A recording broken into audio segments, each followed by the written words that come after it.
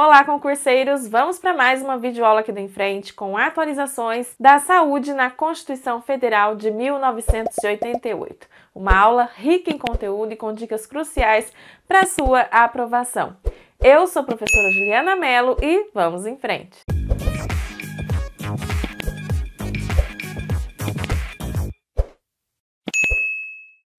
Bom, pessoal, como eu falei para vocês, nós vamos aqui hoje falar sobre a saúde na Constituição Federal, trazendo a continuidade deste conteúdo aqui com atualizações importantes para você estudar.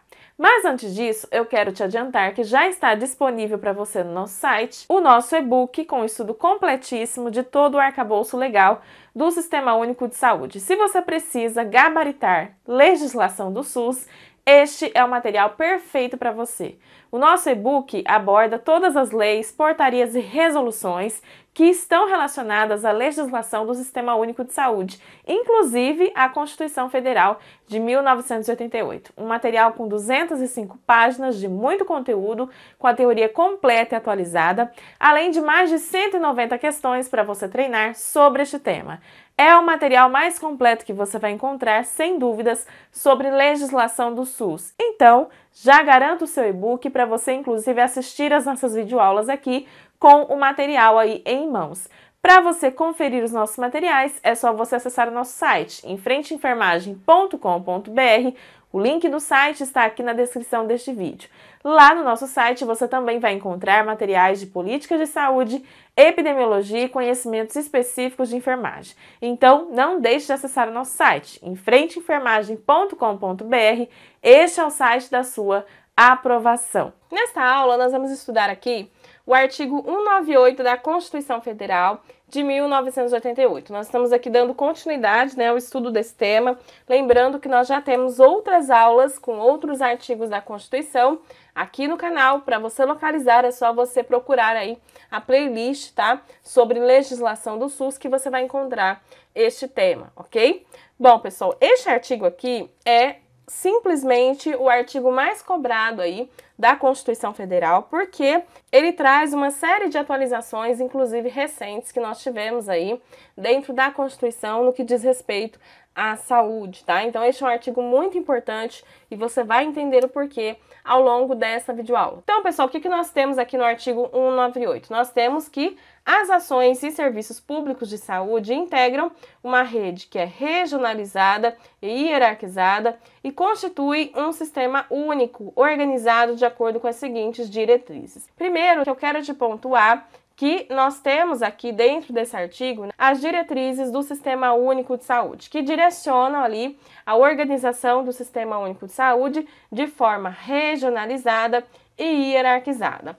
Esses dois termos aqui, regionalizada e hierarquizada, é muito importante de você entender, porque isso aqui é tema de questão, tá? Isso aqui está relacionado à forma, como os serviços e ações de saúde estão organizados dentro da rede de atenção à saúde que faz parte aí do SUS. Nós temos aqui na regionalização vários serviços, que compõem uma determinada rede de atenção à saúde, que é poliárquica, ou seja, todos os pontos dessa rede possuem a mesma importância. O que vai diferenciar um ponto ou outro da rede de atenção à saúde é apenas o grau de densidade tecnológica dos serviços, que é quando a gente faz a hierarquização para um outro nível, Então, quando a gente fala de densidade tecnológica, a gente está falando, por exemplo, de baixa, média e alta complexidade, que é justamente onde a gente entra na questão da hierarquização. As ações e serviços públicos de saúde estão dentro de uma rede que é hierarquizada, porque a gente vai ter diferentes níveis de atenção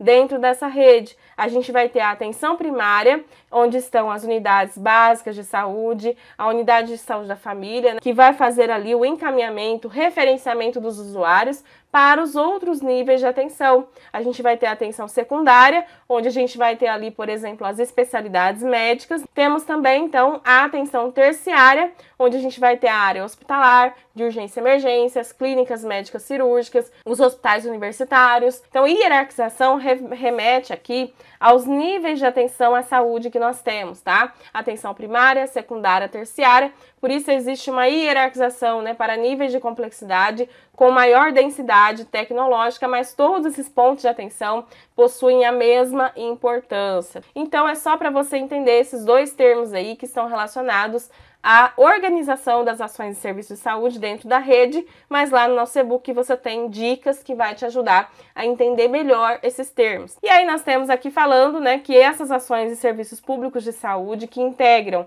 essa rede regionalizada e hierarquizada constituem um sistema único. Aqui é justamente onde nós temos a criação do Sistema Único de Saúde, tá? Quando fala Sistema Único, está se referindo aqui ao SUS. Então, o SUS ele foi criado aqui, neste artigo 198. E ele é organizado de acordo com as seguintes diretrizes. Então, aqui a gente vai ter as diretrizes do Sistema Único de Saúde, que são, inclusive, bastante recorrentes em provas. A primeira diretriz que nós temos aqui é a descentralização com direção única em cada esfera de governo. Quando a gente fala em descentralização, a gente está vendo aqui uma forma de cumprir justamente a organização regionalizada e descentralizada da atenção à saúde. Então, com a descentralização, a gente tem uma aproximação do gestor local com as ações que serão realizadas. Então, a partir da descentralização, é o gestor local que vai fazer ali a gestão, né, das ações que são realizadas no âmbito do SUS. A descentralização ela foi feita para aproximar o poder de decisão com o poder de planejamento e execução de acordo com a realidade, ou seja, a descentralização ela possui uma ênfase na municipalização. Então, o município, por exemplo, quer desenvolver uma determinada ação ou serviço público de saúde, ele não precisa esperar que essa decisão parta lá da União, do Ministério da Saúde. O gestor municipal consegue fazer essa decisão ali no nível local, porque justamente é esse o objetivo, né, da descentralização, trazer a decisão para mais perto do local onde a ação vai ser realizada, tá? Por isso que fala com direção única em cada esfera de governo, porque aqui a gente vai ter já a direção, né, das ações dentro da própria esfera, na esfera municipal, estadual, Distrito Federal ou da União, tá? Então a gente tem uma descentralização porque antes tudo era determinado pela União, hoje a gente já não tem mais isso, o foco aqui é na municipalização. Outra diretriz do SUS que nós temos aqui é o atendimento integral. O atendimento integral remete à ideia de atender o indivíduo de acordo com as suas reais necessidades, então oferecer todo o atendimento necessário para o caso daquele indivíduo. E a prioridade aqui sempre vai ser para as atividades preventivas, né? Então o foco é prevenção, é evitar que o indivíduo realmente precise de uma atenção maior, que ele tenha outras demandas, mas ao mesmo tempo é sem prejuízo dos serviços assistenciais. Então se eu não conseguir prevenir ao ponto do indivíduo não precisar, e ele realmente está precisando aqui de um serviço assistencial, isso vai ser garantido, isso vai ser ofertado também. Então, para garantir a integralidade, nós vamos passar por todos os níveis de complexidade. Então, a gente vai ter níveis que possuem uma densidade tecnológica maior para que o problema desse indivíduo seja resolvido. E o que diferencia um nível ou outro, como eu já falei para vocês, é apenas o grau de densidade tecnológica, tá? Mas todos os níveis de atenção à saúde possuem a mesma importância. E aí nós temos também como diretriz aqui a participação da comunidade na gestão do Sistema Único de Saúde. Esse ponto aqui, né, de participação da comunidade, a gente vai detalhar mais na nossa aula sobre a Lei 8.142 de 1990, que é justamente a lei que trata aqui da participação popular na gestão do Sistema Único de Saúde, tá? A gente tem basicamente duas grandes instâncias aqui de participação popular, que são a Conferência de Saúde, né, que acontece de forma ordinária a cada 4 anos, e os Conselhos de Saúde, que são permanentes e deliberativos. Ambos possuem caráter paritário, ou seja, 50% dos membros devem ser de representação do segmento dos usuários. Mas nós temos outros segmentos também compondo essas instâncias, que são os trabalhadores de saúde, os prestadores de serviço e governo, além dos usuários, tá? Mas isso tudo a gente vai detalhar lá na nossa aula sobre a Lei 8.142, que vai trazer ali mais informações sobre como vai se dar essa participação da comunidade no SUS, que é inclusive aqui uma diretriz do sistema. Então, muito importante você lembrar dessas 3 diretrizes do artigo 198, porque elas são bastante recorrentes nas provas. Nesse artigo, nós vamos ter também a abordagem do financiamento do SUS de uma forma bastante sucinta, porque depois a gente teve outras leis, né, portarias que foram trazendo mais detalhes sobre isso, mas aqui já fala um pouquinho sobre o financiamento, né, do SUS. Então, nós vemos lá no parágrafo 1º que o Sistema Único de Saúde será financiado nos termos do artigo 195 com recursos do orçamento da Seguridade Social, da União, dos Estados, do Distrito Federal e dos municípios, além de outras fontes. Isso aqui, né, nos remete ao artigo 195 da Constituição, que inclusive já tem aula aqui no canal, onde nós vimos que o SUS ele é financiado com recursos do orçamento da Seguridade Social e também da União, dos Estados, do Distrito Federal e dos municípios, além de outras fontes. Então, o financiamento do SUS, ele é compartilhado, tá? Compartilhado.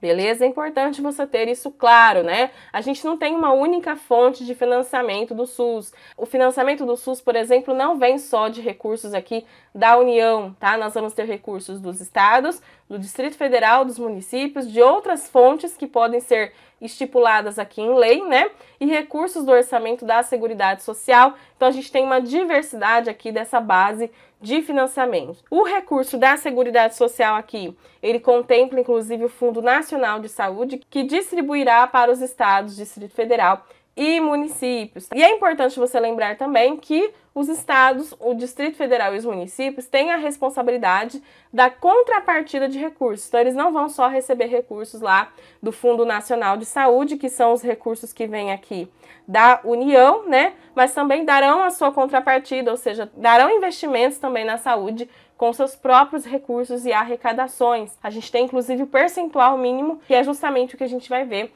agora no próximo tópico. Antes de nós prosseguirmos, eu quero te lembrar que todo o conteúdo dessa videoaula, além de todo o arcabouço legal do Sistema Único de Saúde, está disponível para você no nosso e-book com estudo completo de legislação do Sistema Único de Saúde. Um material com 205 páginas de muito conteúdo, além de mais de 190 questões para você treinar sobre este tema. Então, para você se aprofundar sobre o conteúdo desta aula e também estudar todos os outros temas relacionados à legislação do SUS, acesse agora o nosso site, enfrenteenfermagem.com.br. O link do site está aqui na descrição deste vídeo.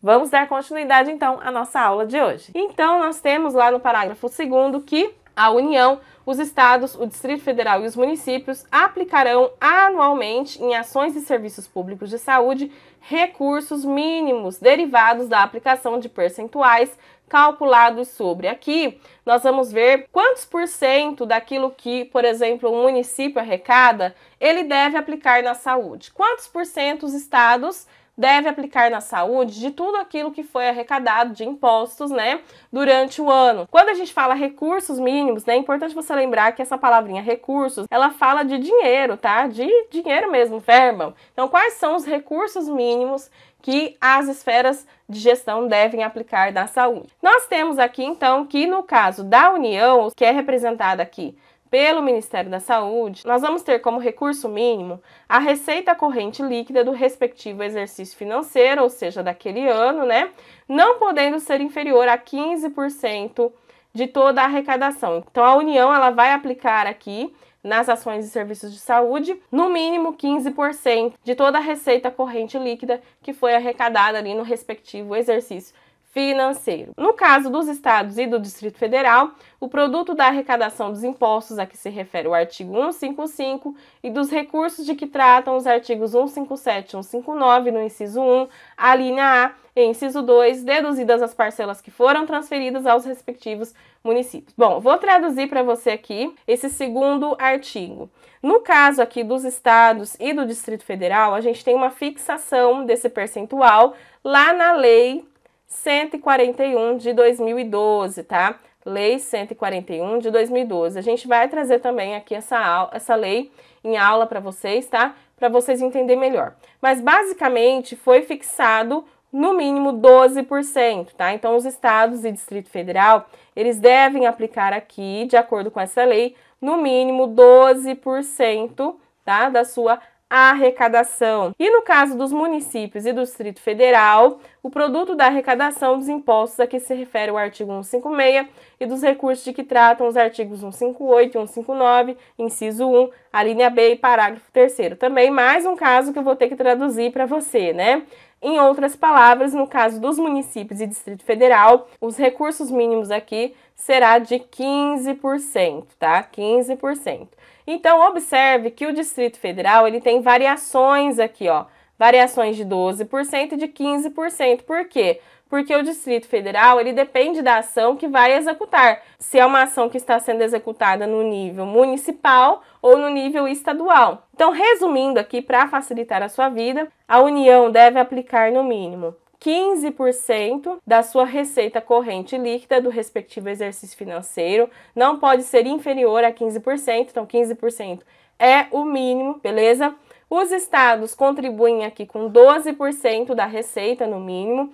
O Distrito Federal varia entre 12% e 15% da sua receita, porque vai depender se a ação está sendo realizada no nível estadual ou municipal. Se for estadual, vai ser 12% e se for municipal vai ser 15%. E os municípios devem aplicar no mínimo 15% da sua receita. Prosseguindo, nós vamos ter lá no parágrafo 3º falando que lei complementar, que será reavaliada pelo menos a cada 5 anos, estabelecerá os percentuais de que tratam os incisos 2 e 3 do parágrafo 2º. Então aqui está falando que a gente vai ter uma lei complementar que vai falar sobre esses percentuais, tá?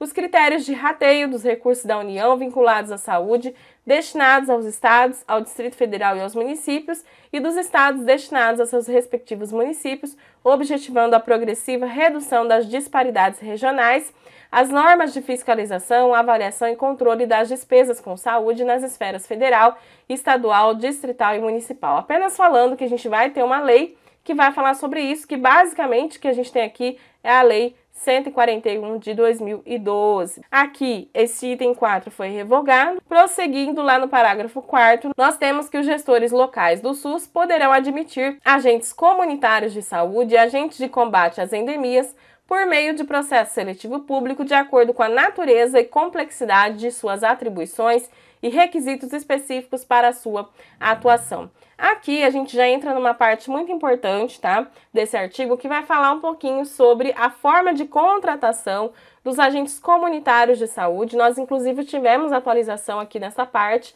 em 2022 sobre o piso salarial desses profissionais, além de outras questões que a gente vai ver já já. Então, nesse parágrafo 4º, a gente teve aqui a abertura aos gestores locais do SUS de fazer a admissão, né, a contratação dos agentes comunitários de saúde e dos agentes de combate às endemias por meio de processo seletivo público, porque até então esses profissionais, eles deveriam ser somente concursados, tá? Eles não tinham aqui essa questão de possibilidade, né, de contratar por meio de processo seletivo, que não é a mesma coisa que concurso público, beleza? Mas aqui a gente tem, então, uma abertura para os gestores locais, se assim decidirem, fazer a contratação desses profissionais também por meio de processo seletivo. Nós temos também no parágrafo 5º falando que lei federal disporá sobre o regime jurídico, o piso salarial profissional nacional, as diretrizes para os planos de carreira e a regulamentação das atividades de agente comunitário de saúde e agente de combate às endemias, competindo aqui à União, nos termos da lei, prestar assistência financeira complementar aos estados, ao Distrito Federal e aos municípios para o cumprimento do referido piso salarial. Então aqui também nós temos um artigo falando que a gente vai ter lei federal específica, né, que vai falar mais sobre o regime jurídico de atuação do agente comunitário e do agente de combate a endemias. A gente vai ter leis falando sobre o piso salarial profissional. Então esses tópicos não são abordados dentro da Constituição Federal, tá? A Constituição Federal apenas cita que vai ter lei específica para versar, né, sobre essas questões. E fala aqui que compete à União prestar a assistência financeira para que os estados, o Distrito Federal e os municípios cumpram com o pagamento aqui do piso salarial preconizado para a categoria. Nós temos no parágrafo 6º falando que, além das hipóteses previstas no parágrafo 1º do artigo 41 e no 4º parágrafo do artigo 169 da Constituição Federal, o servidor que exerça funções equivalentes às de agente comunitário de saúde ou de agente de combate às endemias poderá perder o cargo em caso de descumprimento dos requisitos específicos fixados em lei para o seu exercício. Aqui nós temos, uma ênfase mostrando que os profissionais, agentes comunitários de saúde e agentes de combate às endemias, eles também devem atender alguns requisitos para não perderem o cargo, para não perderem as funções. São requisitos, inclusive, utilizados no período probatório, aí, quando o profissional presta um concurso público, por exemplo. Para ele realmente ser efetivado, ele deve atender alguns requisitos que estão lá no artigo 41 da Constituição e no artigo 169 da Constituição também. Então, basicamente, está falando que esses profissionais seguirão também essas regras, esses requisitos específicos para que não percam aí o exercício do cargo. Como eu falei para vocês, nós tivemos atualização em relação à contratação dos agentes comunitários de saúde em 2022, através da emenda constitucional número 120. Essa emenda constitucional, ela trouxe a garantia de um novo piso salarial para esses profissionais. Então, o que nós tivemos aqui de mudança a partir dessa emenda constitucional? Nós tivemos a inclusão do parágrafo 7º, que fala que o vencimento dos agentes comunitários de saúde e dos agentes de combate às endemias fica sob responsabilidade da União. Então, quem tem responsabilidade aqui de disponibilizar a verba, para o pagamento do vencimento, ou seja, do salário dos agentes comunitários de saúde e dos agentes de combate às endemias, é a União. E cabe aos estados, ao Distrito Federal e aos municípios estabelecer, além de outros consectários e vantagens, incentivos, auxílios, gratificações e indenizações a fim de valorizar o trabalho desses profissionais.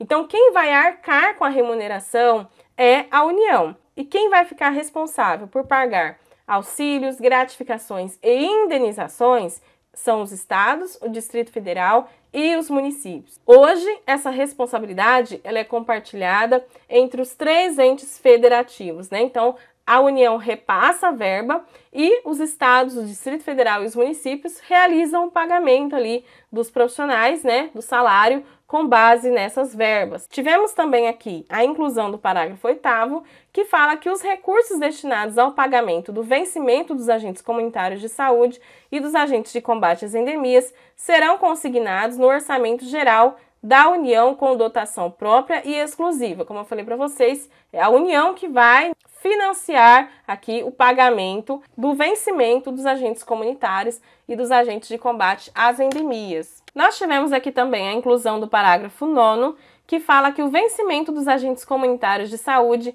e dos agentes de combate às endemias não será inferior a 2 salários mínimos repassados pela União aos municípios, aos estados e ao Distrito Federal. Aqui foi um importante avanço, dessa emenda constitucional de 2022, porque trouxe aqui que o piso salarial nacional desses profissionais não pode ser inferior a 2 salários mínimos. Em 2022, isso dava um valor de R$ 2.424. Em 2023, com o novo salário mínimo, isso vai para R$ 2.640. Então, esse aqui passa a ser o mínimo, de piso salarial para essa categoria de profissionais. E esse parágrafo reforça que é a União que vai repassar esses valores para os municípios, estados e Distrito Federal realizarem o pagamento. No parágrafo 10º, que foi incluído também, nós temos que os agentes comunitários e os agentes de combate às endemias terão também, em razão dos riscos inerentes às funções desempenhadas, a aposentadoria especial e, somado aos seus vencimentos, também um adicional de insalubridade, Isso também foi uma grande vitória da categoria, Porque nós tivemos também aqui que esses profissionais devem receber o adicional de insalubridade e aposentadoria especial pelos riscos que estão vinculados aqui à função exercida. E no parágrafo 11, nós tivemos a inclusão de que os recursos financeiros repassados pela União para os estados, Distrito Federal e municípios para o pagamento do vencimento ou de qualquer outra vantagem dos agentes comunitários de saúde e dos agentes de combate às endemias não serão objetos de inclusão no cálculo para fins do limite de despesa com pessoal, tá? Então essa emenda de 2022 trouxe importantes avanços para estes profissionais. E nós tivemos também em 2022 uma outra atualização para os profissionais de enfermagem com a emenda número 124, que trouxe a constitucionalização do piso salarial também dos profissionais de enfermagem. Nós tivemos a inclusão aqui do parágrafo 12º, que fala que lei federal instituirá pisos salariais profissionais nacionais para o enfermeiro, técnico de enfermagem, auxiliar de enfermagem, parteira, a serem observados por pessoas jurídicas de direito público e de direito privado, né? Então aqui está falando também que existirá uma lei que vai definir sobre esses valores, que inclusive já existe, tá? A gente não vai entrar aqui nessa discussão, porque não é o objetivo da aula. Essa é uma luta que a enfermagem ainda está, né, enfrentando, mas a gente já teve aqui a constitucionalização, trazendo a informação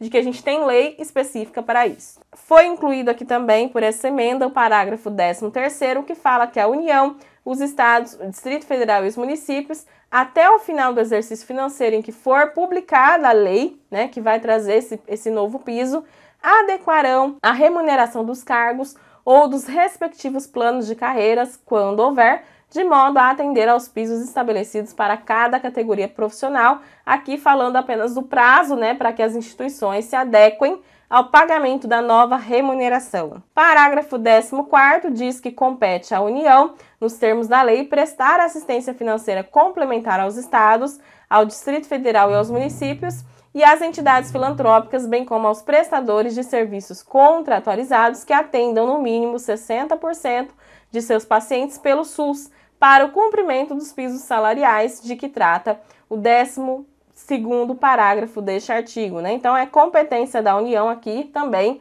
fazer esse pagamento e repassar para essas instituições e para as esferas de gestão. Parágrafo 15º fala que os recursos federais destinados ao pagamento da assistência financeira complementar aos estados, ao Distrito Federal e aos municípios e às entidades filantrópicas, bem como aos prestadores de serviços contratualizados que atendam no mínimo 60% de pacientes pelo SUS, para o cumprimento dos pisos salariais deste artigo, serão consignados no Orçamento Geral da União com dotação própria e exclusiva. Então é a União, através do Ministério da Saúde, né, que vai repassar essa verba para as esferas de gestão realizar aí o pagamento do piso salarial dos profissionais de enfermagem, tá? Então também uma atualização importante que nós tivemos em 2022 no texto do artigo 198 da Constituição, tá? Então basicamente, gente, é isso que a gente tem nesse artigo. Com certeza esse artigo aí é um foco muito grande de provas, então muito importante você ter aí todo esse conteúdo na sua mente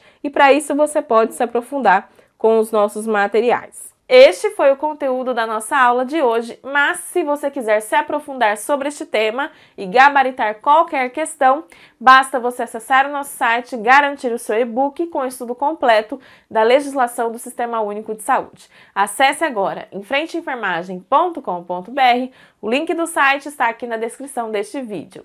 Se você gostou dessa aula, deixe o seu like, compartilhe com seus amigos e inscreva-se no canal. Um beijo e até a nossa próxima videoaula.